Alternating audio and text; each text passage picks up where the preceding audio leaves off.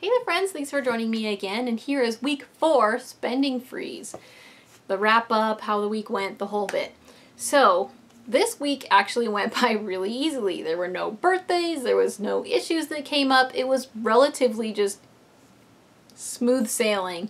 We did have a couple of times when we were invited to go out, with friends or do some different things that would have cost money. We were like, nah, we're gonna have to pass, I'm sorry. So that wasn't a big deal, but I'm kind of used to doing that anyway. So no big deal there. And then the other thing was, we had a potluck we were invited to. That was totally fine. I just made that fit in with what we would probably normally have for dinner anyway. We just kind of brought that. And so that didn't cost any extra money, so that was easy. And yeah, just wasn't anything extra or special that came up that we needed. So that kind of makes for a boring conversation, doesn't it? Until Monday came. I was like, yay, we got through the weekend, because that's pretty much the only time we ever spend money is on the weekend. I don't really go out, we don't really do anything, throughout the week. We don't really eat at lunch out, we don't go out for coffee, nothing like that. We don't do shopping, nothing. So when it comes to the weekend though, that's when we really if we have a project on the house, we'll do it. If, we go grocery shopping, if we need to do that, that sort of thing. So it wasn't really, a big deal. So I thought we had gotten through the weekend, and then Monday came. So my husband and I, you remember the video on when I was talking about our cars, right? And my husband's transmission that was going out? Well, remember how I told you how when I had canceled the insurance on it, he got upset with me because he wanted to keep driving it. I don't know what he was thinking. Maybe he was thinking it was just going to start working again, or maybe he was still thinking he was going to try and see if he could get somebody to fix something for cheap, or I'm not entirely sure. But he still had a lot of faith in his car to keep working. So he got a tank of gas, not a little bit, a tank of gas, and it just isn't working the way it should be. And so I kind of got a little upset with him. I don't usually do that. I'm like, why would you get that much gas in a car that's dying? Like, why? Oh, well, it's going to keep working. And then sure enough, it wasn't really working all that well. So I'm like, well, what are we doing? Are we going to cancel the insurance again? Are you going to keep driving it? You're going to keep driving it to try to burn up some of this gas? What are you going to do? And eventually, he kept driving it, but eventually he was like, I think we should probably just sell it. But he was so torn because he wanted to try to fix it. He read online that if you change the transmission fluid, sometimes it can make it start working again. We asked, around. My dad was like, yeah, I had one a long time ago, a car that had a transmission going out. We went ahead and changed the fluid, and then it worked for about 6 months, and then which gave him enough time to save enough to get it fixed. And then it did go out, and then he had to get it fixed, but it bought him the 6 months that he needed to save the money to be able to fix it. So I was kind of like, well, that's up to you. Do you want to try and change the fluid to see if that will make it work again?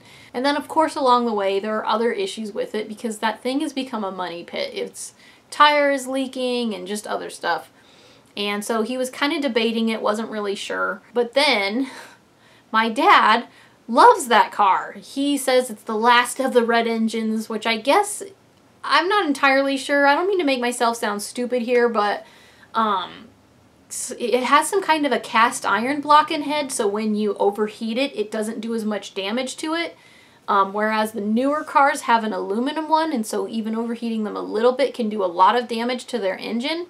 So he's like, it's a really good car that engine is virtually indestructible. It's totally worth putting the money into. And we're like, no, or you need to get rid of this thing. So with my husband wanting to fix it, and then my dad trying to sell us to not to convince us not to sell it, I feel like I was caught in the middle. Like, it's his car. I don't want to tell him not to, but then again, I don't want to be flushing money down the toilet. So yes, it became a bit of an issue. We already have a car fund. We've been saving.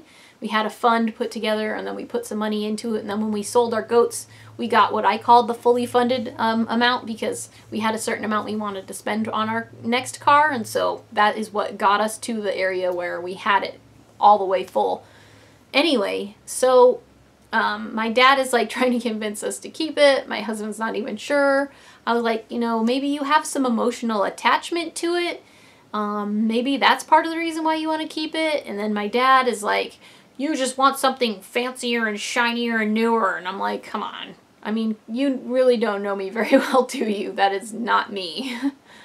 So anyway, then right after that, he was driving it to work, and it sounded like it was going to die. And so he finally opened his eyes and looked at it for what it is. I mean, I'm like, if you fix the transmission, what about the reason why it sounds like it's going to die when you come to a stop? I mean, the tire, and then, you know, fix that, and then who knows what's going to happen next, and, you know, the taillights need replaced. I mean, I'm just trying to, you know, help him see it for what it is, and he finally did. So he's finally agreed to sell it. My dad has backed off, and so that is what I feel is crisis averted, and I'm sure there are lots of other people out there who will have the same opinion as one of the others. So you don't have to agree with me on it. That's totally fine. If you take the side of, oh yeah, that's an old car, it doesn't have any of those computer parts these new ones do. Yeah, you know, you're right on that.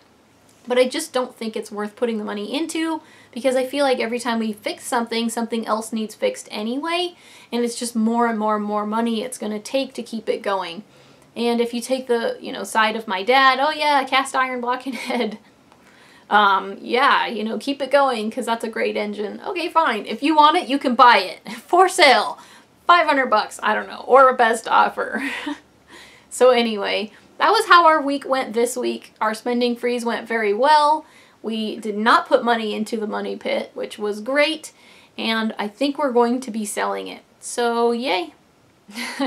We ended up saving, I think this week wasn't a huge money saver. We saved like $25 over, you know, the groceries we would have normally spent or whatever, which puts us at about $175 that we've saved over the course of the whole spending freeze, which wasn't that much, which helped us to realize that we really don't have a budget that, you know, has a lot of leaks, so to speak. We have already pretty well lean and mean budget. We don't really have a lot of stuff that we can cut back on, and we're already doing pretty well. So what do you have in your budget? Do you have any budget leaks? You know, maybe try a spending freeze for a short time to see if it works for you. Again, spending freezes can be short. They can be just a day or two. They can be, you know, a week or two. They don't have to be a whole month. But I really do believe that there's a lot that we can learn from them, and I certainly have over this last month. So thanks for joining me on this journey. So anyway, that was how our spending freeze week 4 went, crisis averted with our car. We need to just get it sold now before my husband flip-flops and decides he wants to keep it again or try and put some money in it to try and save it. And yeah, we would be on the hunt for a new car soon. So anyway, thanks for watching. I'm Frugal Green Girl. We'll see you next time.